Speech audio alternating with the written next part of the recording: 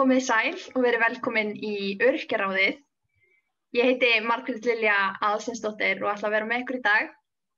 Hjá mér er hún Eydís Helga Árnadóttir og við ætlum að spjalla saman og kynnast henni svolítið og bara, eiga gott spjall. Velkomin. Takk. Kannski hefur eitthvað gott að segja mér frá þér, hvaðan kemurðu og hver ertu og... Ég er bara Eydís. Ég var 30. Það var ekki gaman. Ég fekk ekki að halda upp á veislu. Ég kem úr Breiðholtinu. 2 katta mamma. Bý núna í Laugardalnum. Var með Ehlers-Danlos-syndrom. Já, það er ekki mikið meira. Nei? Nei. Mér finnst það samt bara alveg ágætis slatti, sko. Út af því að ég er líka 2 katta mamma og fædd og uppalin í Breiðholtinu og með DAS. Ég veit ekki að það var líka Breiðholtinu. Breiðhildingar, sko. Já, þetta EDS, þetta leggst svo mismunandi í fólk og allir bara, eins margbreytilegt eins og það gerist í rauninni. Já. Hvernig er þetta hjá þér? Það er að setja þetta eitthvað svona skala þegar maður getur ekki miðað við, það er ekki hægt að miða við neitt hvernig maður á að vera, hvernig maður á ekki að vera.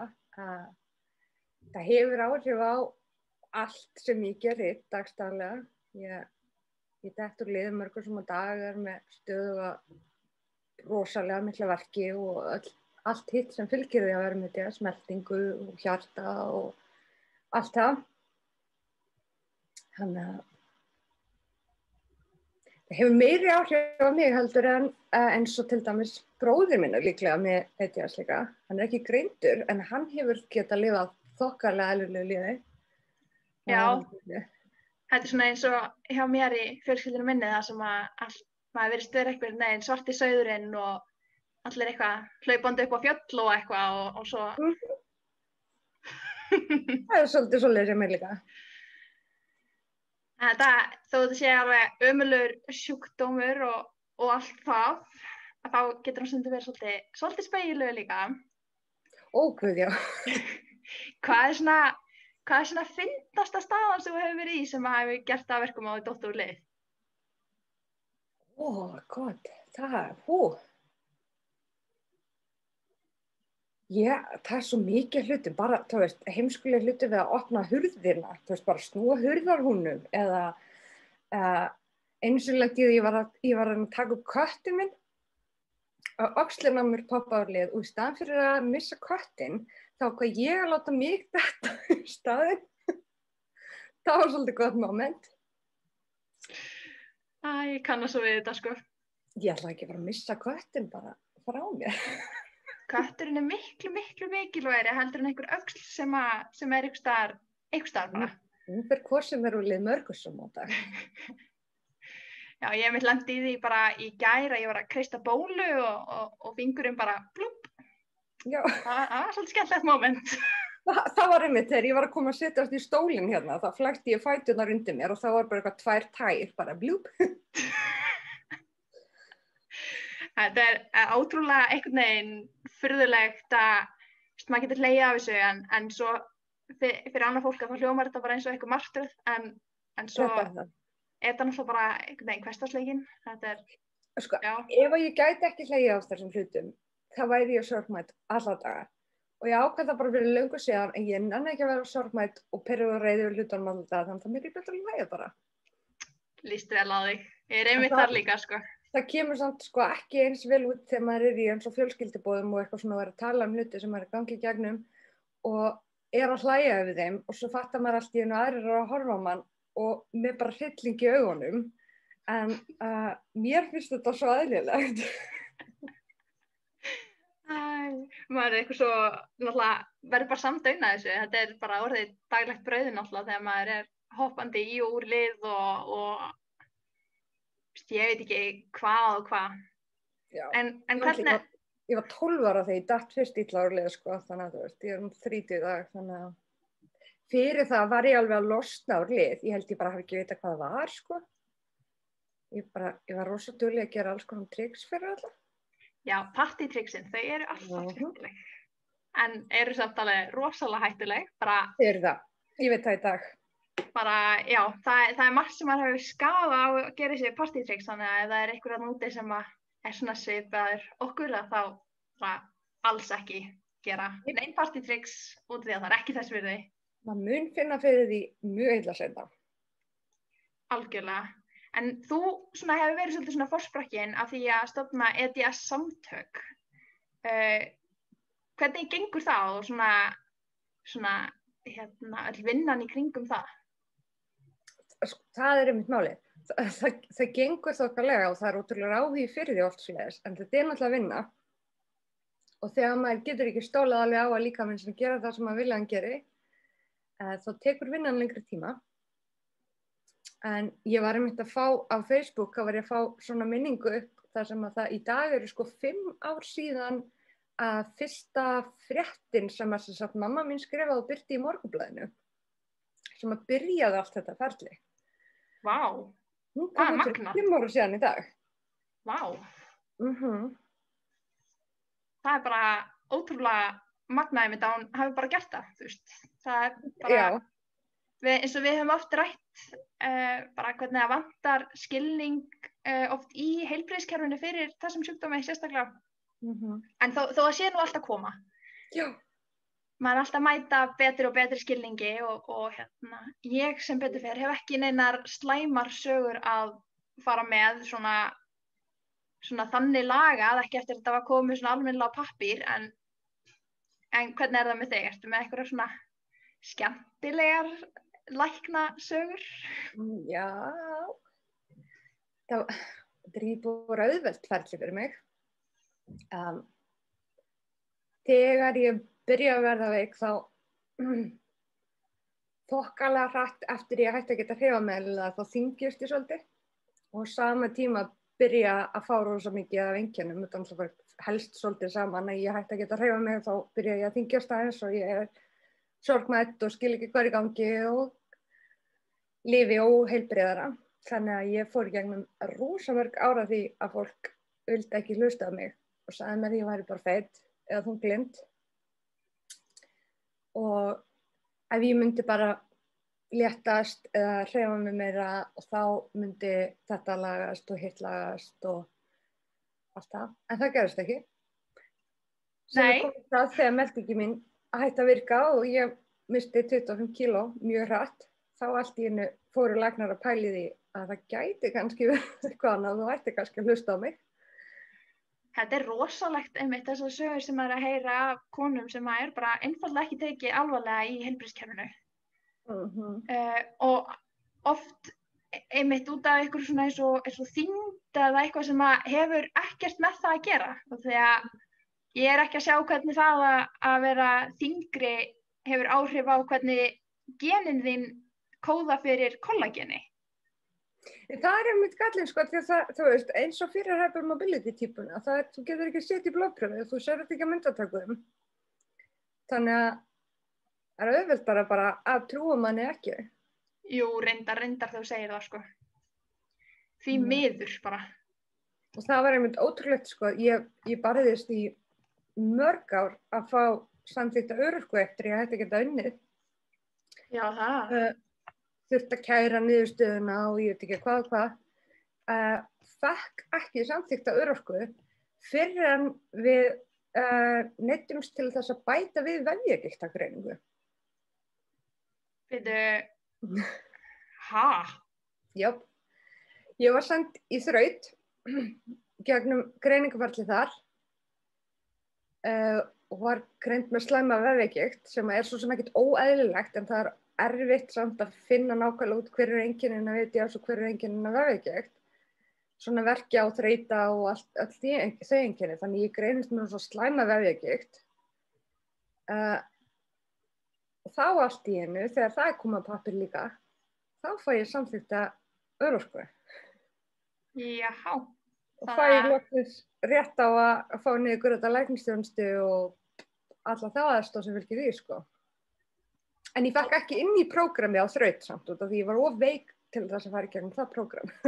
Já, alltaf gaman að fá þennan stimpil, bara nei, þú ert of veik, en svo einhvern veginn fellur maður á milli allar stóla í kerfinu einhvern veginn og það er einhvern veginn ekkert sem að grípa mann þegar maður þarf á því að halda. Ekki neitt. Það er einmitt svona kjúklingar eins og við sem að lendum í þess að detta svolítið á milli stóla í kerfinu. Jafnvel í ykkur göt sem enginn vissi að var til. En þetta er náttúrulega hræðilegt einmitt þegar fólk er látið lifa á loftinu einu saman í rauninni þegar það fær ekki framfærslu og ekki neitt. Já, ég enda á götunni og ekki geta borðað það var ekki fyrir fjölskyldunum mína, sko. Ég er hrikalega heppin með fjölskyldu, sko. Já. Þau eru bara, ég var ekki á lífi eða það var ekki fyrir þau, sko. Þau eru búin að hjálpa mér í gegnum meiri hluti en ég geti talið upp, sko. Það er alveg magnað. Það er alltaf gott að eiga góða, alveg hiklaust. Já. Því það er einmitt sama hér að ég lendi í því að ég var ekki nógu mikill Íslandingur þegar ég flutti heim frá Noregi 2017. Já. Út af því ég flutti heim veik til að vera hjá fjölskyldinu og svona, þá var ég ekki nógu mikill Íslandingur til að geta sótt örorku, en ég var ekki nógu mikill útlendingur heldur til að geta sótt örorku í Noregi og þetta var einhvern veginn bara svona, já nei, bara computer says no. Við veitum ekkert hvað við erum að gera þig. Nei, nákvæmlega. Já, það er svo oft sem ég fæ að heyra þetta. Já, við veitum bara ekkert hvað við erum að gera þig, þannig við ætlum bara ekki að gera neitt. Bara frábært. Þetta er ótrúlega margt sem þarf að bæta. Það er alveg á hreinu, sko. Það er ömurlegt að lenda í þessari stöðu að falla þarna á milli stóla og einhvern veginn get ekki gert neitt, sko. Og líka það er engin staður þar sem þú getur farið og spurt, skilur, hvað ég gera næst. Þú veist, af því það er enginn búin að fara þannan veg þannig sér fyrir, skilur, með þessa greiningu sérstaklega. Já, þetta er náttúrulega frekar nýtt að þetta sé svona almennilega að vera að greina þetta hér á Íslandi, það ekki? Jú, sko, ég tæknilega séð er greind, sko, upprunlega 17 ára, það er 2007. Þannig árin eftir það, þegar eitthvað kemur upp á ég þurfti að fara upp á spítala eitthvað svoleiðis og ég segi það mér, ég segi með DS, þá fæ ég að heyra bara, það er ekki til. Eða þá ég útskýra það fyrir fólki og þess að, já, getur það gert fyrir okkur partytricksin? Alltaf þetta sama, bara hversu langt getur þú teikt puttan? Hversu kemst í spíkat? Eitthvað svona. En þú veist, í dag, ef ég endur á spítala eða þarf að tala á lækna, þá oftast heyri ég allavega, já, það getur þú sagt mér meira það, eða þú veist, ég var til að læra meira það, eða ég var allavega heyrt það áður, þú veist. Já, það er einmitt sama. Já, það var ekki þannig fyrir nokkur mánuðum síðan.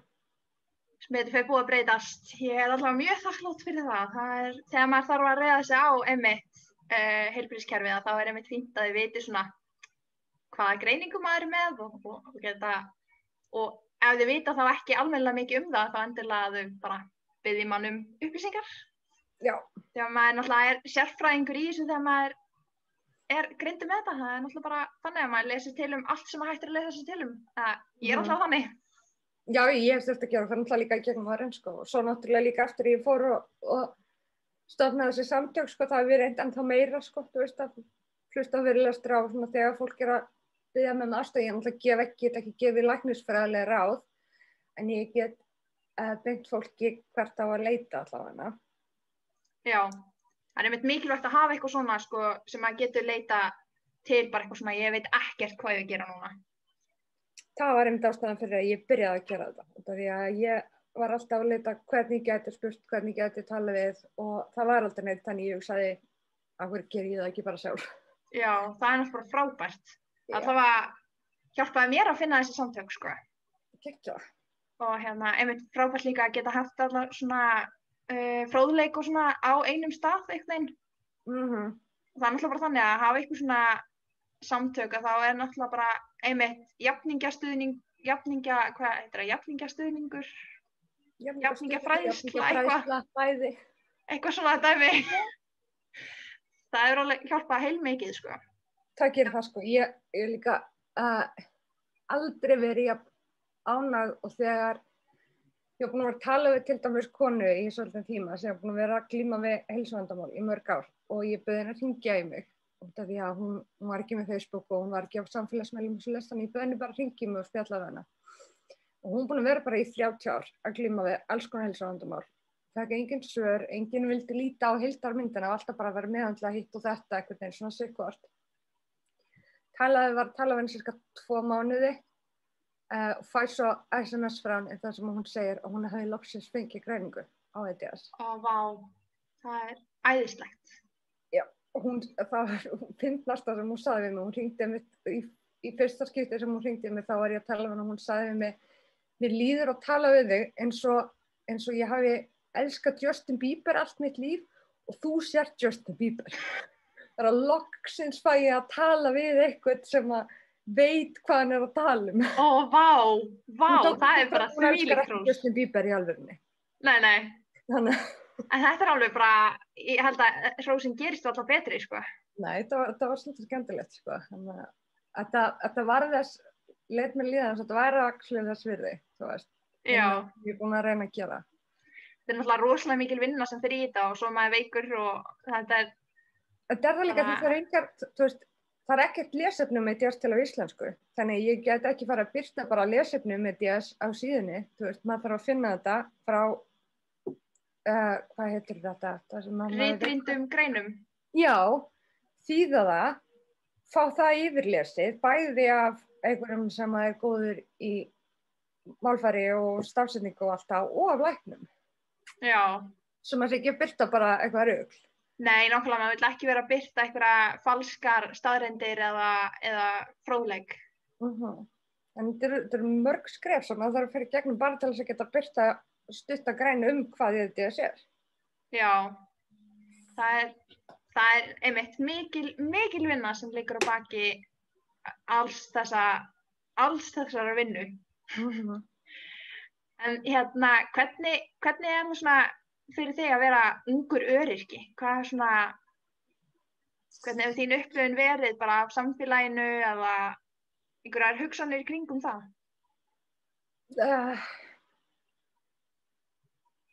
Ekki frábær. Þetta er erfitt sérstaklega þegar maður er ungur öryrki með ósumlilegan sjúkdóm. Af því að ef ég hefði lent í slysi eða verið lömuð eða með sjúkdóm sem allir þekktu, þá væri auðveldara fyrir fólki í kringum mig að sjá það eða vita hvað er í gangi. Þannig að þegar ég byrjaði að vera veik þá var það svo erfitt fyrir flesta vini mína sem ég átti þann tíma að trúa mér. Þannig að ég einangraðist rosalega mikið, rosalega hratt. Já. Það er náttúrulega ekki allir eins og ég sem að verða svona sýnilega með allt svona hafurtaskið með sér, þannig að hlustendur viti það að það er ekki normið. Nei, það er það ekki, en þetta eru samt, þetta eru hlutir sem ég á að vera að nota stundum, en ég gera það ekki líka með annað fólk. Nei, þessi skömm, hún er svolítið svona skref að taka, já, þetta er svolítið stórt skref að taka einmitt, þegar bara þessi innri fordómar taka yfir, því það er svo margt sem maður á að vera að gera og geta gert og hafa gert og maður er alltaf einhvern veginn að miða sig við einmitt jafnaldra og annað sem er kannski búin að mennta sig og þú veist, ferðast heiminn og gifta sig og eignast börn og allt þetta. En maður einhvern veginn er ekki að sömu braut á þeir. Nei, mun líklegast aldrei einhvern veginn enda á sömu braut. Hún verður öðruvísi. Já, maður tekur svona, hvað maður segja, off-roadar þetta bara. Keyrir aðeins utan vegar og verður bara að finna sína eigin leiðir einhvern veginn. Það er líka, það er svo stór partur af því að vera ungur öryrki að, þú veist, fara í gegnum það ferli að átta sig á allir því sem maður vildi gera og hvernig maður ætlaði að gera það og maður get ekki gert það lengur eða þurfa að gera það öðruvísi. Já, náttúrulega í báðum okkur tilfellum að þá náttúrulega, þú veist, öðlust við upp sem bara, já, eins og ekkert sé á okkur þannig lagað. og svo allt í einu kemur skellurinn bara. Já. Það er mjög satt. Sko. Þetta var bara, þú veist, 13 til 17 ára, þá ég allt í einu bara mjög veik, sko. Það nefnilega gerist ótrúlega hratt á mismunandi tíma líka fyrir fólk, að það allt í einu skellur svona á einhvern veginn að sjúkdómurinn verður aktífur eða eitthvað svona. Fyrir konur hefur þetta oft víst að gera með hormón, sko. Já. Hormónin geta haft áhrif á bandvefinn að gera hann lausari og þá svona koma einkennin hraðari. Já, einmitt þetta kynþroskaskeið, það er mjög margir einmitt sem að ekki jafn ungir og þú reyndar, en svona í kringum einmitt svona 17-18 ára aldurinn þegar kynþroskin er að klárast einmitt og þá maður sjá að margir einhvern veginn verða bara miklu veikari. Já. En þetta er bara ástand í sjálfu sér að vera ungur öryrki. Ég hef tekið líka eftir að maður fellur rosalega bara við það að vera ungur öryrki, fellur maður rosalega á milli stóla einhvern veginn allstaðar. Og maður settur í þess að fátæktra gildru bara mjög ungur. Ótrúlega ungur, já. Þú veist, og svo er maður að sjá alla vinsinu vera að kaupa sér íbúðir eða geta ferðast og maður bara, á ég geta gert það á þessum aldri, á ég geta haft bara pening fyrir að geta keypt mér íbúð eða farið skyndilega til útlanda án þess að þurfa að safna fyrir því bara í marga mánuði. Já, það er nefnilega einmitt það. Þú veist, maður dettur einhvern veginn í þessa gildru og maður hefur einhvern veginn enga möguleika til að krafsa sig upp úr henni heldur. Nei. Maður er ekki búinn að spara sér inn lífeyri, og maður er bara einhvern veginn fastur í þessu og það er bara að sætta sig við það. Sem er náttúrulega bara mjög ósanngjarnt einhvern veginn að maður fær bara engan veginn sömu upplifun á lífinu eins og jafnaldramann sínir. Nei. En það er, ég bara bind vonir við það að það breytist þó að kannski ef ég á að vera raunsæja þá er ég ekki að sjá að það breytist á mínum tíma. Nei. En það er bara vonandi einmitt að þessi skilningur fer út í samfélagið að það er ekki eins og maður sé 14, 15, 17 ára og er bara eitthvað, já, ég ætla að verða öryrki, það hentar svo vel. Ég ætla að gera svo marga hluti. Eins og hvað? Nú er ég spennt. Helsti draumurinn var reyndar alltaf sko bara að verða mamma. Það var það sem ég vildi gera. Ég vildi eignast fullt af börnum og vera mamma. Svo langaði mig að vera félagsráðgjafi með því að vera mamma. En ég meina, annar draumurinn er ennþá í boði. Ég get ennþá klára félagsráðgjafan. Ég get bara ekki gengið með börn. Nei, það er einmitt það. Það er oft hættu meira fyrir svona EDS-ara eins og okkur að ganga með börn og svo fyrir utan bara þennan arfgenga þátt. Já, það sko, einhvern veginn hefði ég ábyggilega ekki látið það bara stoppa mig að vita að barnið mitt gæti fengið EDS. Þú veist, það er auðvitað erfitt að vita það að ég gæti barnið mitt af EDS. En á sama tíma þá hugsa ég ef það er einstaklingur sem þarf að fara að fæðast með EDS, að það er ekki betra þá að foreldrarnir viti snemma hvað er í gangi. Þú veist, ég hef heyrt það með vinum mínum sem eiga börn sem eru með EDS og þau sjálf með EDS. Þau eru miklu meira vakandi fyrir einkennum og geta gripið miklu fyrir inn og veist, þannig lífið þeirra verður auðveldara heldur en okkar. Já, reyndar, það er rétt, það er mikið rétt. Þannig, það hjálpar allavega. Já, það er hægt að fyrirbyggja rosalega mikið af skaðanum sem að, eins og þetta, ekki gera partytricks. Líka andlega skaðanum, skilur við, út af því að þegar maður veit ekki hvað er að sér og fer í gegnum mörg ára því að halda með sér bara aumingi eða þú veist, akkur get ég ekki gert það sem allir aðrir geta gert og þú veist, það lítur að vera bara eitthvað að mér en maður veit ekkert hvað er af sér. Þannig að það er eitthvað sem hægt að fyrirbyggja líka. Já, einmitt og eyðileggja þessa innri fordóma að ég vil bara fyrirbyggja að þeir yfir höfuð verði til, sem náttúrulega bara mikill kostur. Ég hef einmitt hugsa, maður er náttúrulega barneigna aldri og svona og mann langar náttúrulega að geta eignast börn eins og jafnaldra sínir og ég hef einmitt dreymdi líka um að verða mamma en ég er ekki að sjá að það sé að gerast eitthvað á næstunni sko. Ég veit ekki alveg hvað ég legg mikið meira á líkama minn sko. Það er mitt málið sko, þú veist. Eins og staðan er í dag, fyrir utan það ég fór í skurðaðgerðarkvið fyrir nokkrum árum síðan og skurðlæknirinn eftir það í rauninni sagði við mig að það væri ekki mjög skynsamlegt fyrir mig að ganga með barn því að bandvefurinn þannig væri svo viðkvæmur. En ég gæti ábyggilega einhvern veginn komið mér í gegnum það að ganga með barn. Já. En skaðinn eftir það væri ábyggilega svo mikill í minni stöðu að ég gæti ekki sinnt barninu mínu eins og ég vildi. Nei, nákvæmlega það einmitt það sko. Já. Ég einmitt á vinkonu erlendis sem að gekk með barn og hún hefur gengið 3 meðgöngur og eignast 4 stelpur. Hún með EDS og allar stelpunar hennar hafa verið fyrirburar, miklir fyrirburar. Ein þeirra lést og bara einmitt rosa erfið staða út af því að svo líka það ekkert svo mikið skrifað EDS og meðgöngur eða barneignar aldurinn eða allt þetta. Þannig að það margt sem að þarf að vera að pæla í annað en bara það að lifa hversdagslega lífinu. Maður einhvern veginn púsla saman bara eitthvað, ok, hvað get ég þá gert í framtíðinni? Hvað vill ég? Já.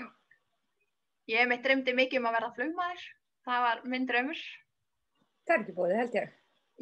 Nei, veistu.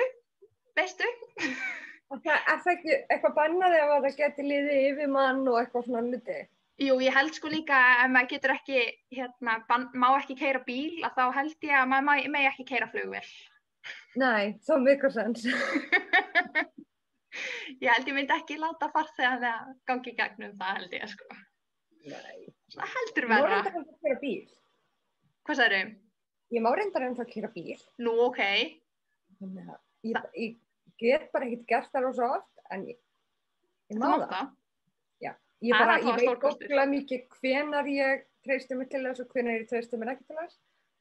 Þetta bara, þetta ekki jafn einfalt og fólk heldur að setjast upp í bíl og keyra. Heldur þegar maður meðjast og þegar maður pælir í skilur ökklinn minn að fara að halda, ég að fara að geta ná að snúa hausnum til að kíkja allar hliðar, skilur.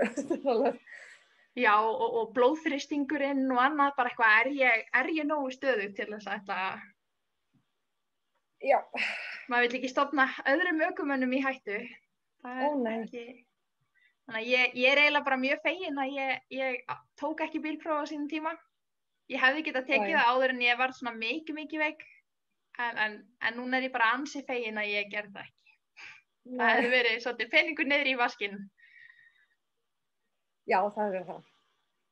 Sem að kemur sér mjög vel í dag þegar maður er dottir niður í þessa fátæktra gildru. Já. En nú aftur það væri ég ótrúlega heppin með það að ég þurfti ekki borga fyrir mitt bílpróf sjálf, sko. Ég fekk það í afmælisgjöf frá pabba í 16 og 17 ára afmælisgjöf. Það er alveg frábært. Það var svolítið gott, sko. Ég er mjög heppin. Þannig að spara manni mikið tíma að geta keyrt á milli. Ég er alveg að taka vel eftir því. Þegar maður þarf að vera á hlaupum á milli staða. Já. Ekki það, þú veist, ég held, það er ekki rosa oft það sem ég treysti mér til að keyra, þú veist, það er einstaklega sennum þar sem ég að keyra mig sjálfur sjúkraþjálfun eða kannski keyra út í apótek. Svona lúxusferðir. Það lifir svo spennandi lífi. Það er mikið. Man getur lifað svolítið lengi á þessari hversdags spennu, sko. Hún er búin að vera leiðilega samt þetta árið, maður fyrir ekki mikið. Nei. Ég var einmitt að hugsa þetta sjálf, bara núna daginn, að þó að það sé allt lokað og svona og búið að vera lokað og opið sitt á hvaða núna þetta árið, þá held ég að líf mitt væri ekkert svo mikið öðruvísi. Eini munurinn er að ég seti grímu þegar ég fer í sjúkraþjálfun, það er svona aðalmunurinn. Já, ég hugsa að það væri ekkert sem að gera út sem fyrir mig heldur, sko, þú veist. Ég hefði kannski aðeins oftar farið út í matabóð eða, þú veist, kannski skotist eitthvað með mömmu eða eitthvað. En, nei. Þetta var einmitt, sko, fyrst þegar það byrjar að allir þurfa að halda sig heima og allir fara að vera svo reiðir og sorgmættir og lífið svo erfitt að ég þurfa að vera heima núna, ég get ekki gert neitt og eitthvað svoleiðis. Fyrst var ég ógeðslega reið. Ég var bara, þú veist, hvernig heldurðu að allir sem eru langveikir lifi dagstaglega? Þetta okkar dagstaglega líf. En svo, þú veist, hef ég lært að breyta hugsunum hættinum aðeins. Fyrir þeim þetta nýr hlutir. Þau hafa aldrei þurft að vera fyrst heima, þú veist. Okkur fannst þetta rosa erfitt fyrst. Þannig að ég var reið í smástund yfir öllu þessu væli í fólki, en svo, þú veist, þetta jafn erfitt fyrir þau og þetta var fyrir okkur fyrir nokkrum mánuðum síðan. Já, ég einmitt hef þurft að fara í gegnum þetta sama, sem var bara eitthvað, Jesus Christ, hætti þessu væli, sko. Já. En þetta einmitt, maður verður bara að minna sig á að þetta er nýr hlutur fyrir þeim og þetta var einu sinni nýtt fyrir okkur líka, en er það ekki lengur. Já. Nú er þetta bara einhvern veginn daglegt brauð, en það er næstu að maður sé þakklátur fyrir það að maður er svona, þarf hvað sem er að vera svona mikið heima.